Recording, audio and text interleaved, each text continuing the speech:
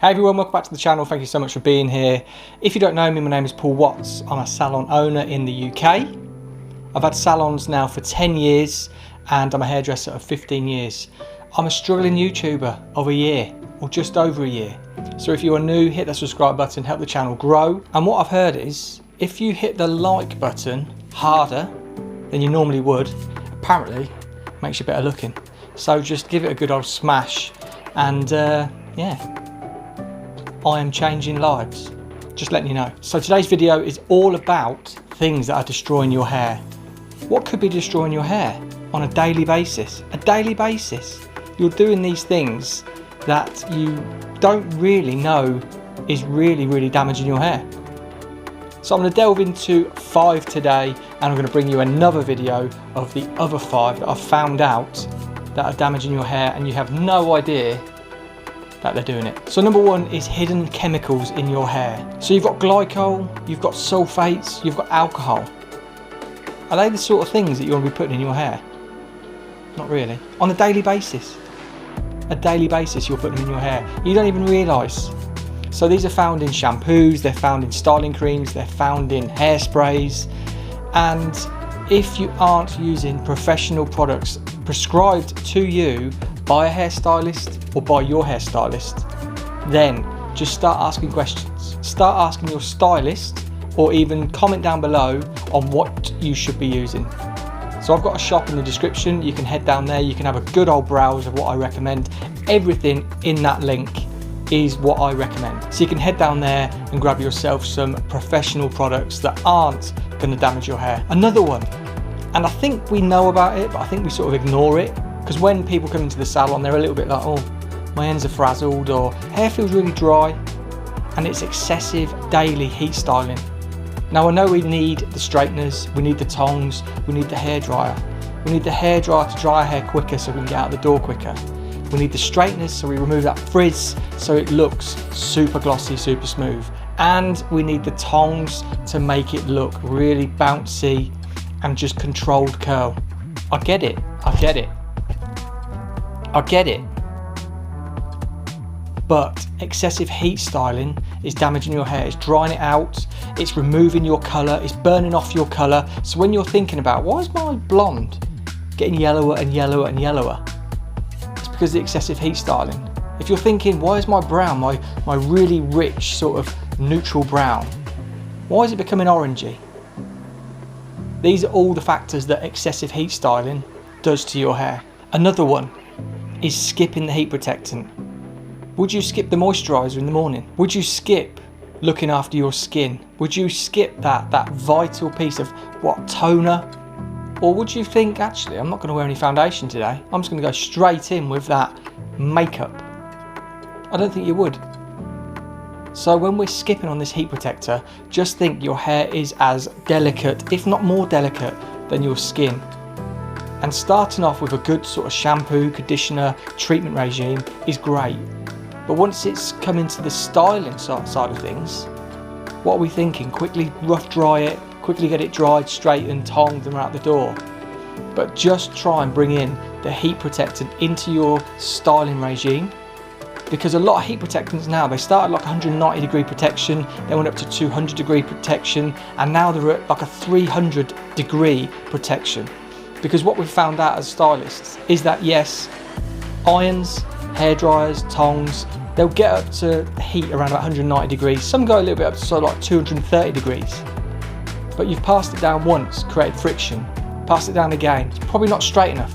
Again, you've built up heat, and heat, and it's exceeded 230 degrees, which is where heat protectants were sitting. But now they've gone up into the 300 degree mark. And the reason for it is because of that excessive amount of just sort of going over and over your hair again. So that's why companies have sort of developed it, made it even better for your hair. So if you take anything from this video, please just bring in a heat protectant into your regime. Another one that we sort of think is good because we're getting all the tangles out, and it's brushing your hair wet. Your hair, when it's wet, is in a much more delicate stage. It's in a stretchy stage. There's a lot more sort of alkaline running through the hair, and what it's causing is, yes, you're detangling, but are you detangling with like a reconstructor in the hair, or is it just it's wet and you're sort of dragging it down, pulling on those knots, trying to get them out? Now, one of the best things, if your hair is tangly, drying it off a little bit, get a heat protector in there and then dry it off gradually, because the heat protector will add a little bit of moisture, a bit more protection. It makes it a little bit easier to detangle, but when you're drying it, your hair just becomes a little bit more sort of separated, it's getting stronger again, and then you can just sort of tease it out. And a big tip, I hope you already know this, is start from the ends and just work your way up to your scalp, because then you're taking the knots out little by little until you get to the top of your head. Another big one for me is using the wrong shampoo and conditioner. And what do you mean? Using the wrong shampoo and conditioner. How can I be using the wrong shampoo and conditioner? So a lot of clients that I speak to, a lot of the ones that listen to my advice or sort of take it on board and purchase sort of professional products, is that I always start them on their hair needs and wants. So if their hair's dry, we look at moisture. If their hair's damaged, we look at proteins.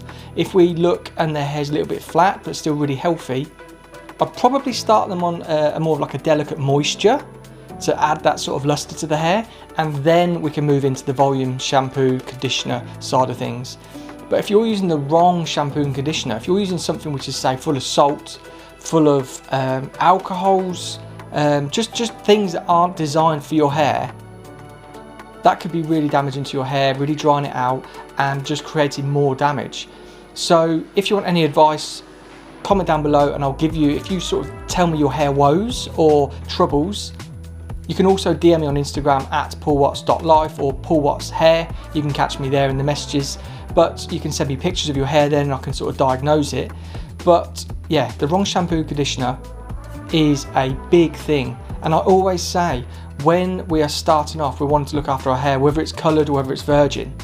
We want to start off with the hair that you've got in front of you, and you want to be working on that particular problem as such. So if we, or say a lot of clients come to me and where do we start them off? I start them off in moisture. If there's nothing wrong with the hair, no damage, not really coloured, but they want something professional, something that's going to look after their hair, something that's going to add a little bit of moisture in there, keep the hair really lustrous, really shiny and really healthy. And then when they come back to me, say in sort of 2-3 appointments time, it's like, right, your hair is looking great. What could we add to it? Would you fancy a bit more volume? Would you fancy maybe a little bit more protection? Maybe what about if we put a bit more protein in there just to strengthen it up a bit? It's coming to summer, we could probably use a little bit more strength in there. They're the types of things that you should be talking to your hairstylist about, or myself, down in the comments below, because if you've got anything that you're thinking, oh my God, my hair isn't at its best, so look no further and I'll help you. Just comment down below, DM me on Instagram and I will help you find out how to get the best shampoo conditioner for your hair. So that is the 5 tips today. I'm going to take you through another 5 on the next video. But if you've enjoyed it, you know what to do. Hit the subscribe button and smash it. Because like I said at the beginning, the harder you hit those subscribe buttons, the like buttons, and the harder you comment, the better looking you get. I have not hit many subscribe buttons, as you can tell, but I will be. So if you enjoyed the video, thank you so much, and I'll see you on the next video.